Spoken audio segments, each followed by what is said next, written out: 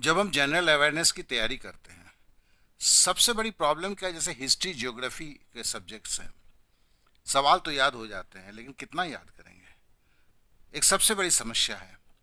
और दूसरा, इतना आनंद है कि करते करते लोग थक जाते हैं। तो चलिए आज कुछ नए तरीके से हम तैयारी करें जिसमें बहुत सारी ऐसी चीज़ें हैं जिसके लिए अब आपको सोचना नहीं होगा। तो देखिए, पहले हम जो बातें करेंगे उसमें सबसे पहली बातें हम जो करना चाहते हैं, ये एक यूनिक मेथड है जो पहले आपने कभी नहीं किया है। तो इस बात को हम कहते हैं कि इट्स ए यूनिक मेथड। दूसरा, हम कहते हैं इस पे कि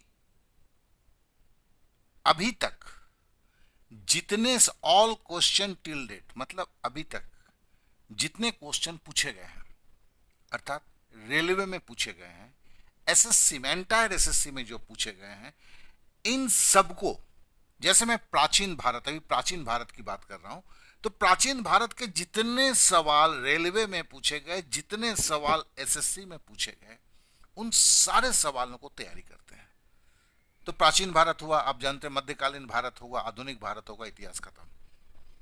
तो ये तैयारी उस तरह से होता है। हैंडी नेसेसरी डिटेल्स हम जब करते हैं, जैसे राजा हर्षवर्धन है, तो हर्षवर्धन कौन थे? हम जब सवाल जवाब सीखते हैं तो सबसे पहले है कि उसके साथ ही साथ हमें यह जानने की जरूरत हो जाती है, नहीं तो याद भी नहीं होता है, कि वो कौन थे, किस वक्त थे, कैसे हुआ, क्यों हुआ, इन सारे सब सवालों का जवाब। तो ये ऐसे हम तैयारी करते हैं कि ये सारे सवालों का जवाब हमें खुद ब खुद मिल जाता है। दूसरा और है डायरेक्ट रिकॉल या एफआईबी मोड जिसको बोलते हैं, fill in the blanks mode है। ये आप देखें, मतलब ये इस तरह से ये डिजाइन किया गया है सवाल, कि आप इसे याद करने के लिए, रिकॉल करने के लिए, ये बहुत ही एक उन्नत टाइप है जिसको फिल इन द ब्लैंक्स कहते हैं। और ये टोटल जो है रिकॉल ओरिएंटेड स्टडी है, मतलब ये कोई पीडीएफ फाइल नहीं है, ये इसलिए है कि आपको चीजें याद रहे हर हालत में। जैसे अब थोड़े देर के लिए हम देख लेते हैं, यहां क्या लिखा है, बाणभट्ट राजा, और यहां देखिए डैश है, ठीक है ना, यहां डैश के शासन काल में राजकवि था। तो फिर अभी अगर हम इसे तैयारी करना है, ठीक है, तो फिर बाणभट्ट, मुझे तो पता है कि राजा हर्षवर्धन, तो मैंने इसमें खोला तो देखो बाणभट्ट राजा हर्षवर्धन के शासनकाल में राजकवि था। यह सवाल आपके कोलकाता परीक्षा 1992 में आया था।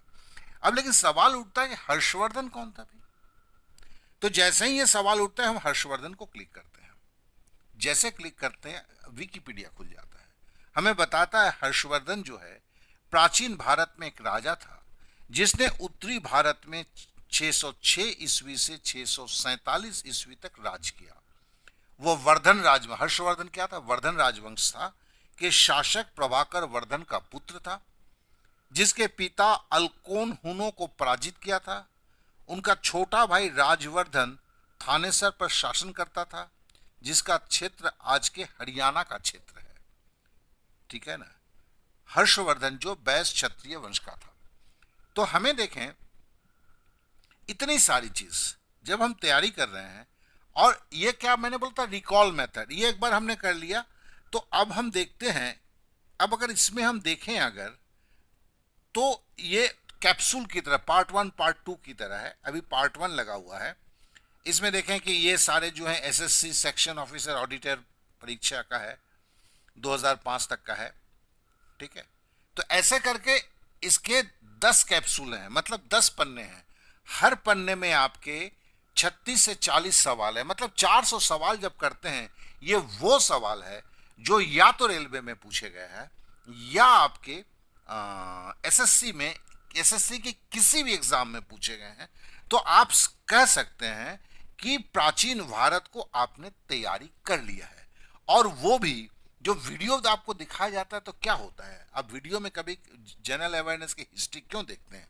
क्योंकि जब कोई होता है कि जिसे पुलकेशिन टू, अब पुलकेशिन टू है कौन भाई, कहां था, क्या था, ये जो चीजें जानने की जरूरत होती है, इसके लिए आप वीडियो देखते हैं। यहां पर भी देखिए सारे सवाल का, जैसे भवभूति द्वारा डैश लिखा गया है, अब इसको जैसे क्लिक करते हैं तो क्या होता है, भावभूति द्वारा उत्तम रामचरित मानस लिखा गया। अब उत्तर उत्तर रामचरित क्या है भाई? अब हम देखते हैं कि उत्तर रामचरित्र जो है महाकवि भवभूति का प्रसिद्ध संस्कृत नाटक है, जिसके 7 अंकों में राम के उत्तर जीवन की वर्णना है।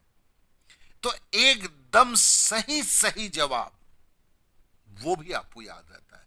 तो इसमें मैंने जो 5 आपको विशेषताएं बताए हैं वो आपको मिलता है। तो आशा करता हूं कि समझ रहे होंगे कि ये क्या है। अब जरा मैं बता दूं, ये जो है ये मिलेगा कैसे आपको। चलिए हम पीछे की तरफ चलते हैं। देखिए आपके जो डिस्क्रिप्शन पे एक लिंक दिया गया है।